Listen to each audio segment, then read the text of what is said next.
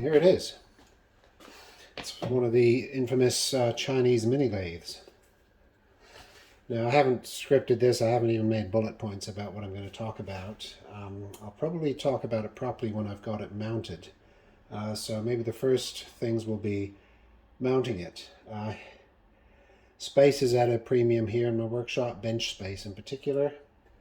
I can create a lot of space by, like sliding this thing out and so on, but my workshop is set up that the benches are meant to be clear as much as possible, so I want clear bench space.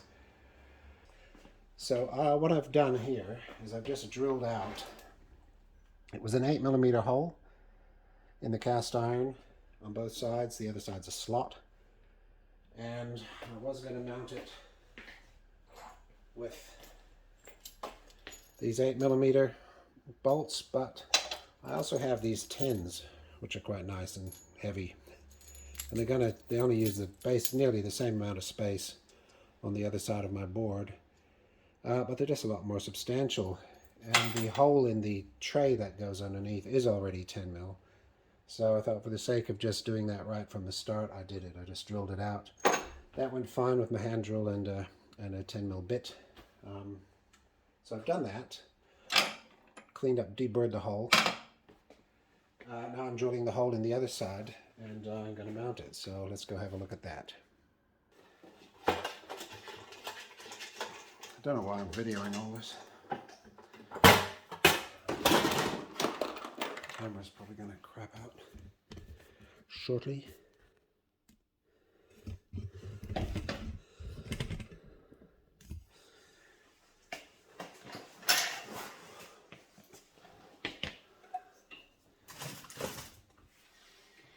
Now, I'm not sure how I'm going to do this. It needs to be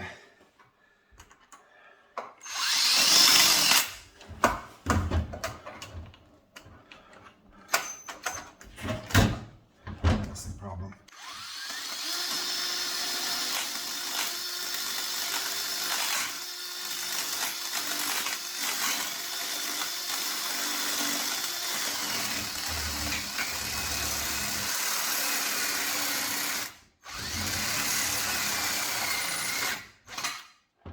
I'll try and get it all the way along.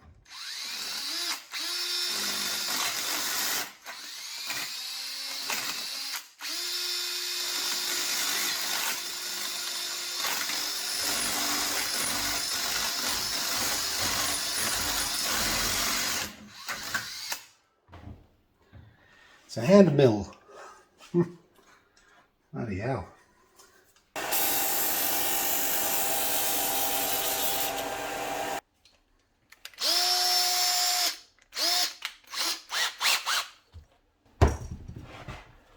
Just do it over the edge. Put my vacuum away. Don't really like doing this handheld like this.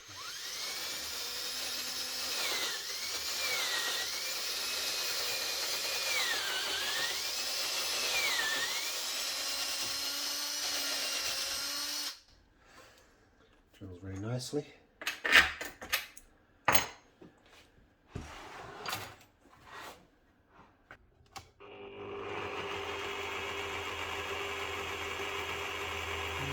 I'm not sure where it's sensing it from.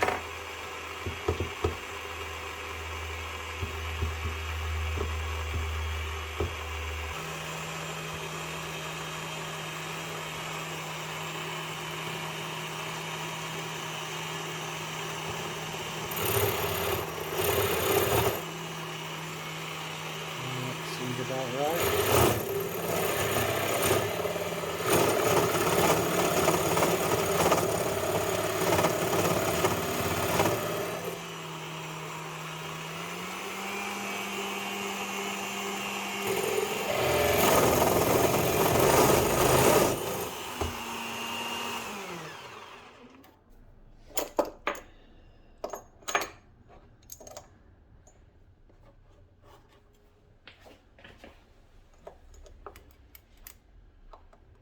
And that's basically just on 8.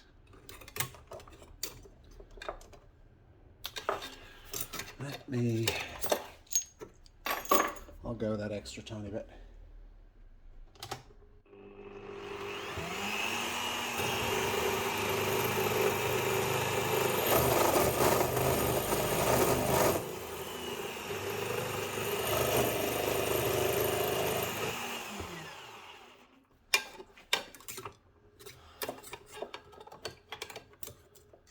Yeah, that's 8.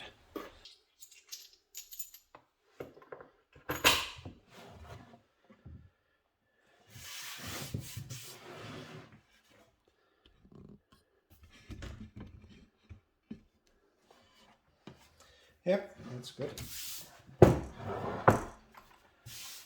Now, one reason I'm doing this here on this board is I can slide this around my bench, and the plan is I can move it into that corner, or on the other bench I can move it into the corner easily, and then it would come out, you know, to there, and to, you know, gets it out of the way, and I can just pull it out again here when I need it. Could do it on the other one as well. I could even have a bench, because the heavy end is that side, because I'll clear that all out and slide it in. I could even put it in there all the way up against the wall like that, over in the corner if I need to, and again leaves me plenty of space. I can still get to everything, and I would have all this bench space. So there's some benefits to that.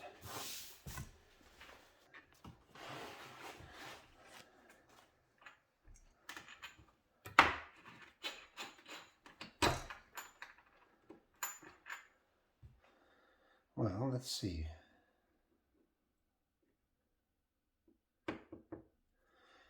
Plan would be just to do that. A little bit of that around the hole. That's all.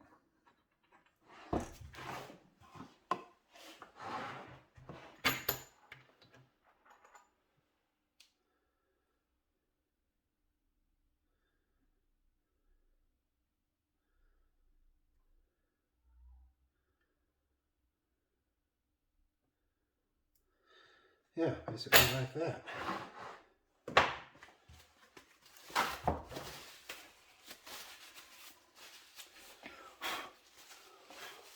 Who knows, I'll be pulling it apart again in 20 minutes for all I know.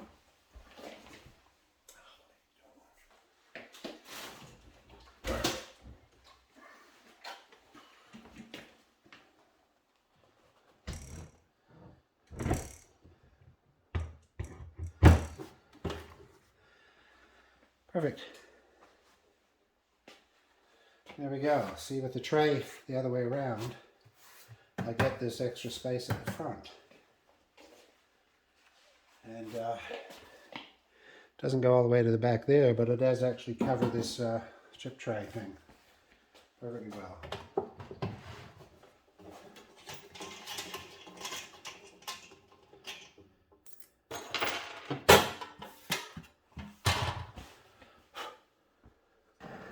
Yeah, let's let that pull up.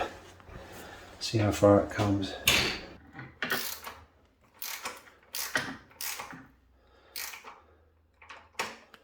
There's no need to go mad on it.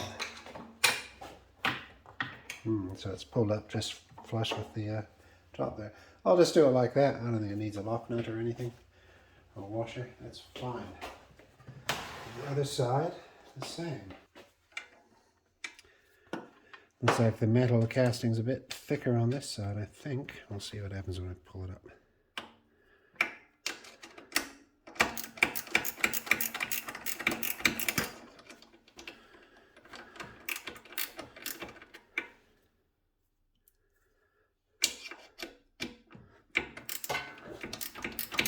That's fine. I can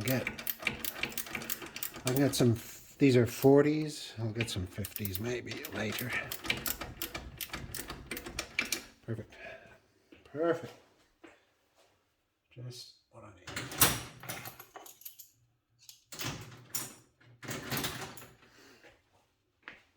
So there we go.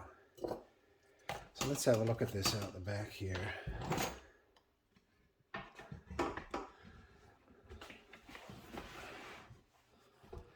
So what I've got going on is that much room to the rear, this is enough for the cable, because I looked at that. So that can, you know, if it's pushed against the wall, that's okay. Just, yep. As I said, this tray comes out to here. So that's fine. And I can move it around. You see? I can move it around. Now the discussion about rigidity I've thought about a lot, and decided or determined that rigidity is from the casting itself, and of course the slides and everything, but you know, the rigidity of the thing here is from that, and then the rest of the bits. Chatter and stuff comes from this not being tight, so having locks and so on is important. But that, I decided after figuring it all out that it should be locked to something, but it doesn't have to be bolted to a steel table. The reason why you want it attached to something bigger is not to make it more rigid, but to give it more mass, to stop it vibrating, so that, and it doesn't matter if it vibrates, what matters is if it gets into a resonant frequency and with the tip, the tool, and then starts to bounce. And so even sitting on here on the table through this flat thing, you see, that changes the frequency, the resonant frequency of the whole unit by doing that. If I put it on rubber feet and lifted it, well, then there'd be a different amount of mass. And so that's something I'll just need to see how it goes. If for some reason I did need to attach it, like the whole thing was vibrating on this bench here, well, then I can do things like clamp it, or I could actually have on my bench a couple of spots with some of these things, these kinds of inset kind of nuts, which is what I was going to use to fasten to this, and decided no, actually the washer is much better and much bigger, and you know, so, but I could have some of these in the bench and then wheel it over and then, you know, bolt it down if necessary. So there's ways to deal with that. Okay.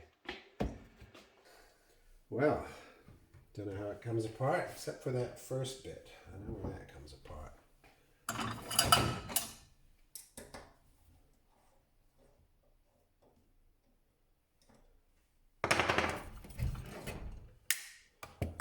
Screws in there, and I'll put the big bits in there.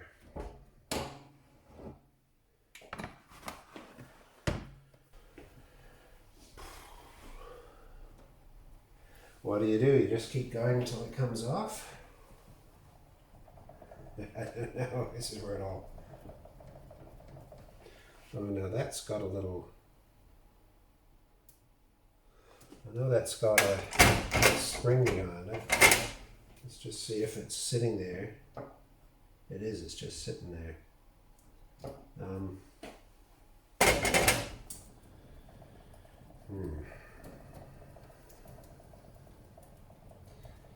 There's some Chinaman's finger there, fingerprint in the grease. It'll be Zhu, as I saw in the booklet.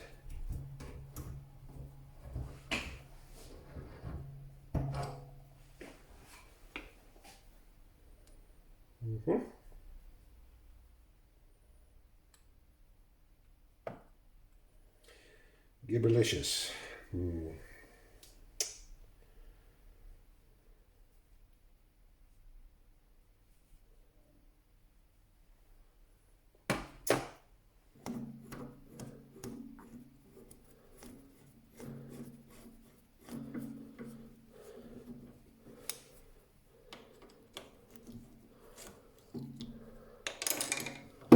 Oh, come on, don't stop at the last moment.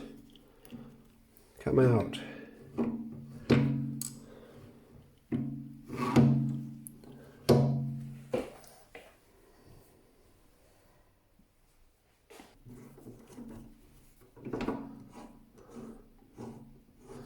suspect this little grasper here won't come away.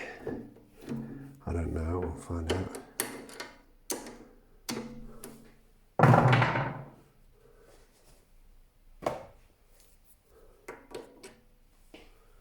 God, everything's filthy. Okay, so that's sort of a... Okay. Right, so that's held on there like that with that grasper, that thread thingy. I mean, normally when I'm pulling something apart like this, I'm concerned about, like an engine, you know, you're concerned about tolerances and adjustments and calibrations, and everything's got to be set up and you can't upset certain things. With this, I don't think that's quite the case, because they are meant to come undone, come apart.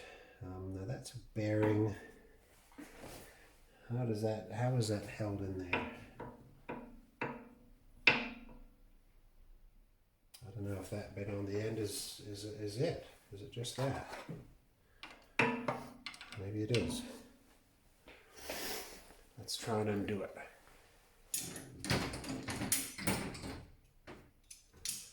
Let's get a wrench with a nice large flat surface.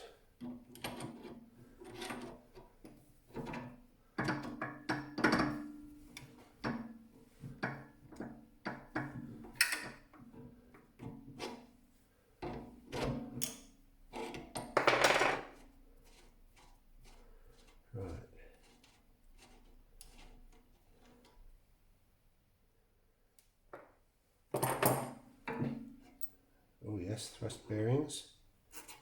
Okay. Hope they're caged properly, as they do seem to be. Okay, that's nice. Very good. I'll put that there for now.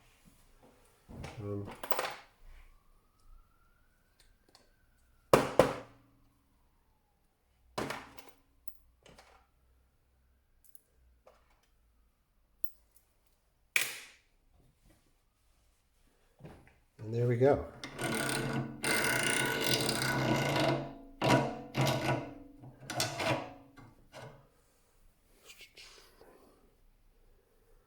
Oh, that's that. See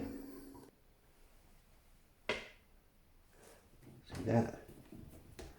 Well, that's actually solid. That is really solid. Well, let's just...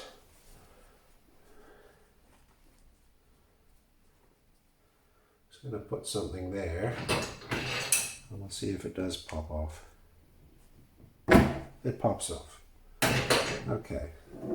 So if you put some... This is solid cast.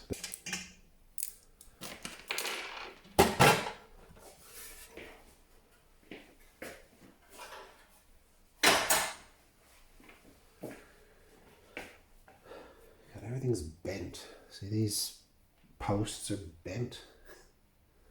I wonder if that's how they set them up. They, wherever the hole ends up, they just bend them out, probably.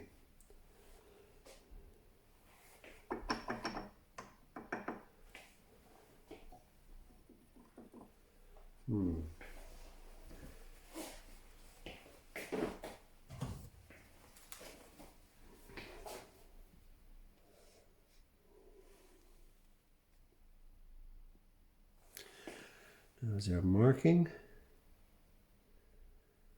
One.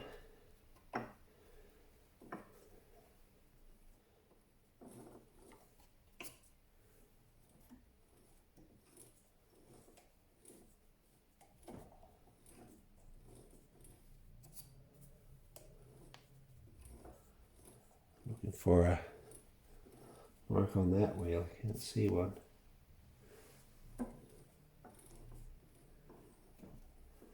That one's got a little mark.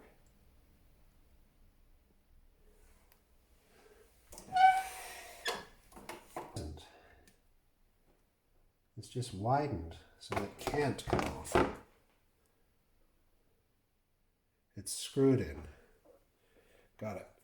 So it actually goes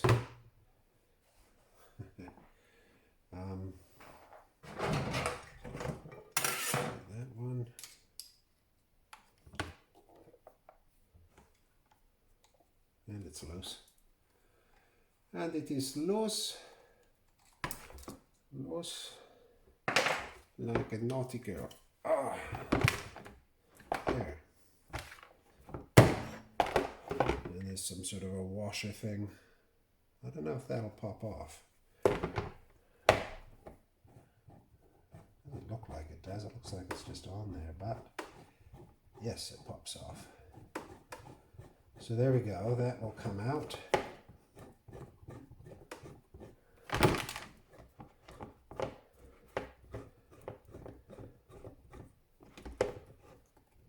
Come on. Oh, how much further? There we go. What do I need to do? It's ground away there. It sits there.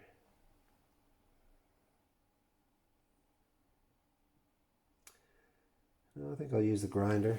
So I need to take it clean, not touch that. I can't go anywhere near that. I just need to go zip a little bit along there.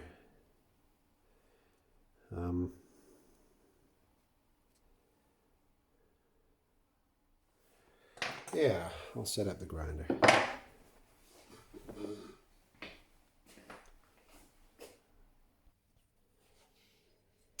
Okay, so I think the only way I can do this really safely without touching that side, but I can see where whoever cut that grind actually did touch that, is to do it like this. So I'm going to hold that there and go like that.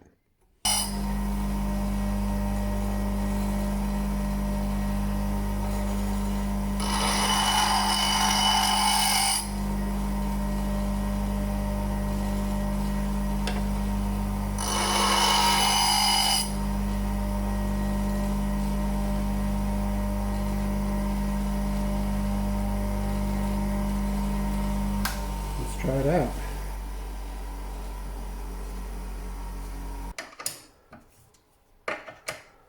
Okay, so there it is. Oh, there we go.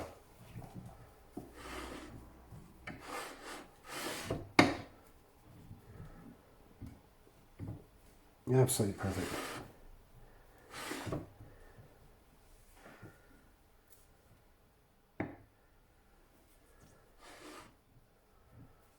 Yeah, well, there we go.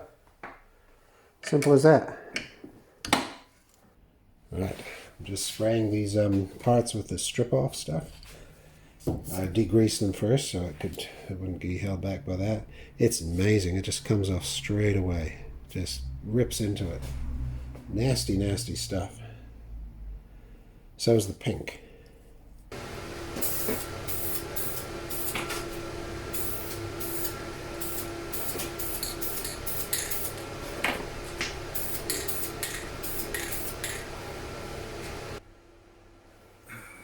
Change that fan. I'll turn it down. So, what we got here, I've cleaned this up, stripped all the paint off, all the pink paint, and cleaned it, masked it, and I've used some caliper paint. Sort of a, not matte, but not gloss, sort of an in-between, sort of a satin caliper paint, which I've used on something else, and I used that on this, so it's not even 5 minutes dry. But I'm going to get the tape off now. It's better get it better off sooner rather than later.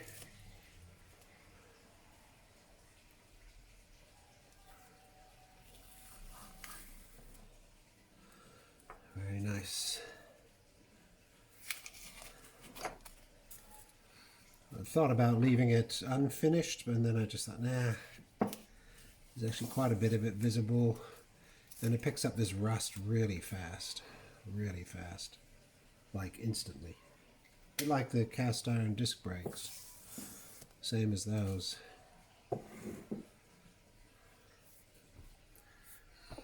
What else was masked?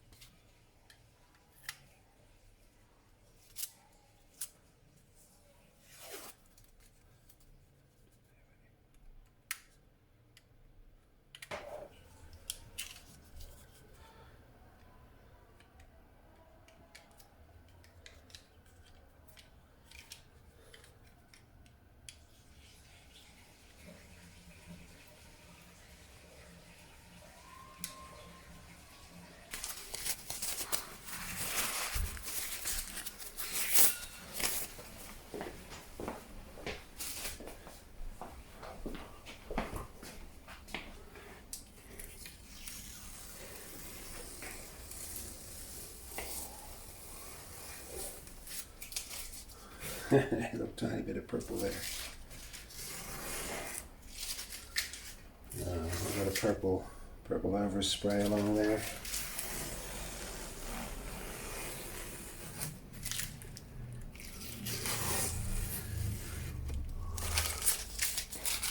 But the all important. Go.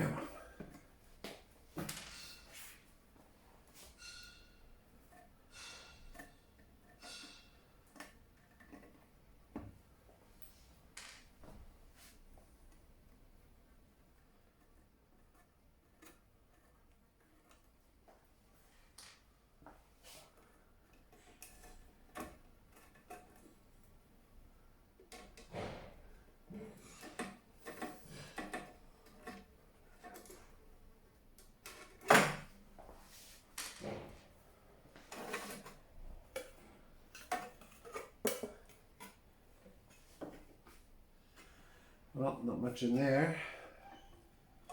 So I've got a couple of screws holding this whole thing on.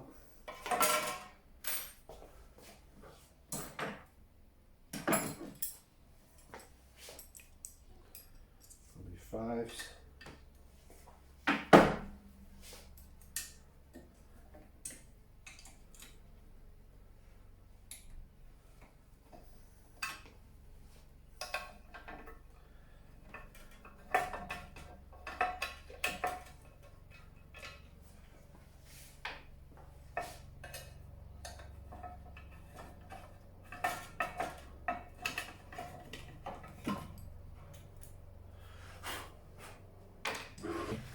I'll get a light.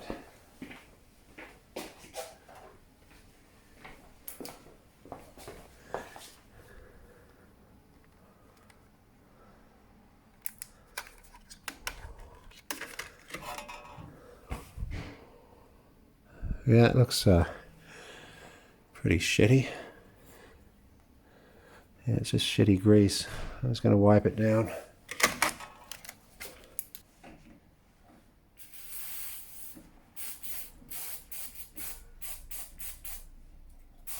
These are filthy, these rollers.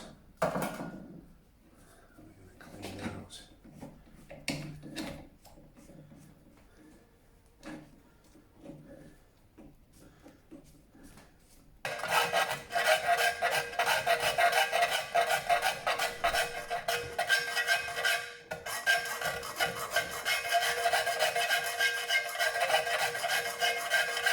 Got an air grinder I was thinking of using.